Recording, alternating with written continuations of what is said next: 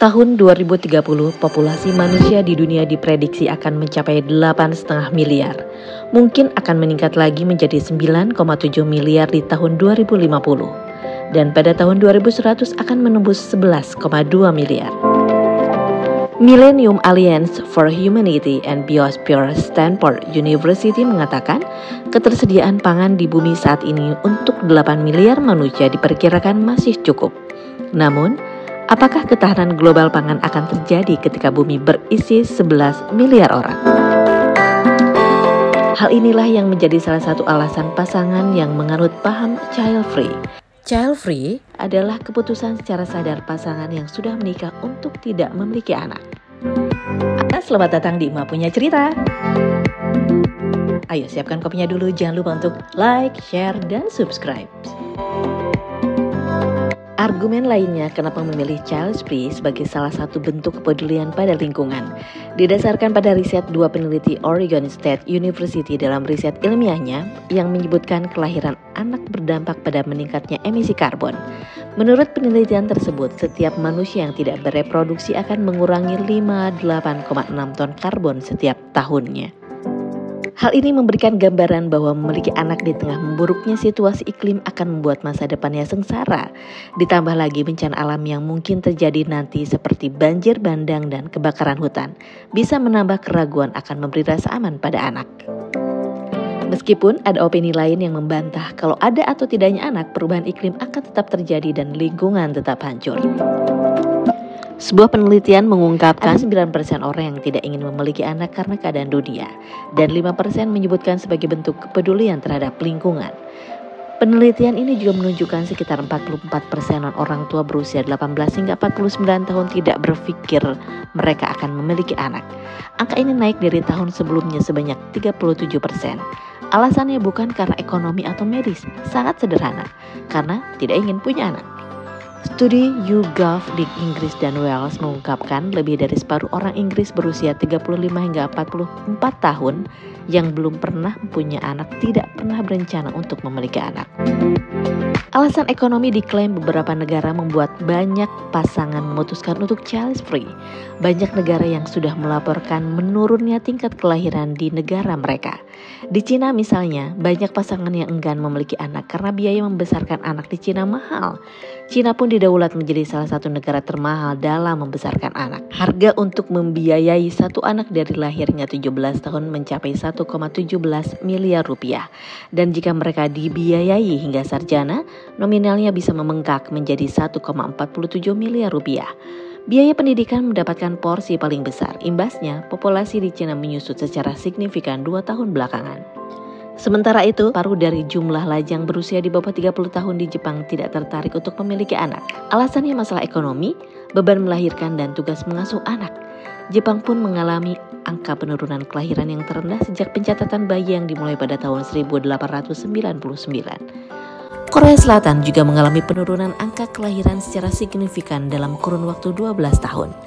Dari sekitar 640.000 kelahiran pada tahun 2000 menjadi 249.000 di 2022. Padahal, agar pasar tenaga kerja dapat berfungsi, Korea Selatan membutuhkan minimal 500.000 kelahiran bayi per tahun. Angka kelahiran yang rendah di Korea Selatan dipengaruhi oleh sejumlah faktor.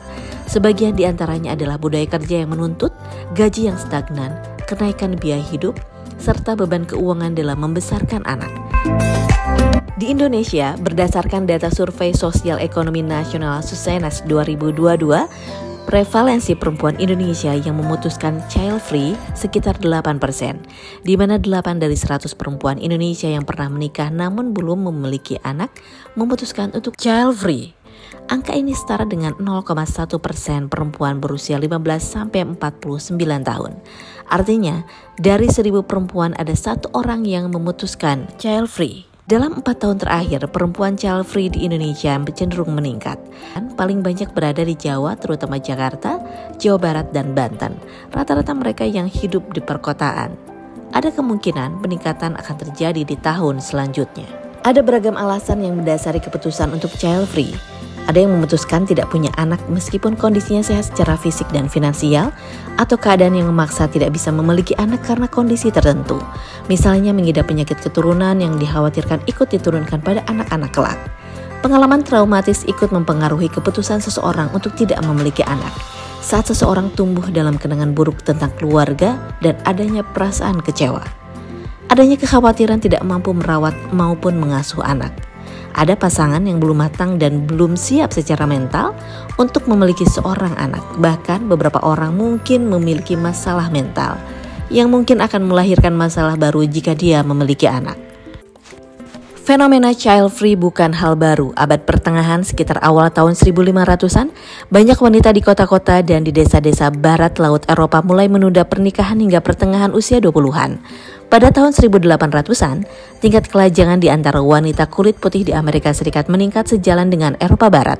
Karena lebih banyak wanita percaya bahwa mereka dapat melakukan pekerjaan yang mereka pedulikan dan berjuang untuk kesetaraan dan hak pilih tanpa beban membesarkan anak. Akhir 1800-an, pernikahan dan melahirkan anak perlahan-lahan menjadi terpisah. Lebih banyak wanita, terutama wanita perkotaan dan mereka yang tinggal di New England, mulai membatasi melahirkan anak dalam pernikahan.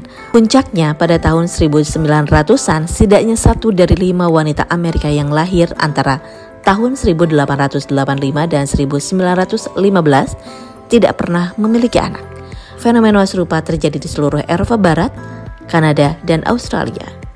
Mengutip The Washington Post, pada abad ke-21, jutaan wanita di seluruh dunia akan mencapai usia 45 tahun tanpa melahirkan, beberapa akan mengalami kemandulan, yang lain akan memilih tidak memiliki anak, dan banyak yang akan menghabiskan waktu bertahun-tahun untuk memperdebatkan apakah akan memiliki anak.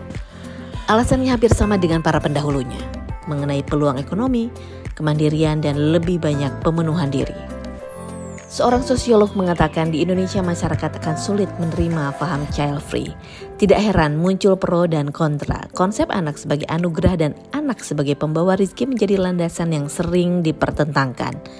Orang yang memutuskan tidak punya anak cenderung dinilai tidak lazim dan akan mendapatkan stigma negatif. Bagi sebuah negara, tren angka kelahiran yang rendah dalam jangka panjang dapat menyebabkan krisis sumber daya manusia dan berpengaruh terhadap ekonomi. Dari perspektif hak asasi manusia, keputusan child free adalah hak. Apapun keputusan yang diambil akan berpengaruh pada masa depan, baik anak maupun pasangan yang memutuskan child free. Ada konsekuensi dari setiap pilihan. Anak adalah amanah, pembawa kebahagiaan. Semestinya kehadirannya menjadi harapan untuk membawa perubahan yang lebih baik pada dunia.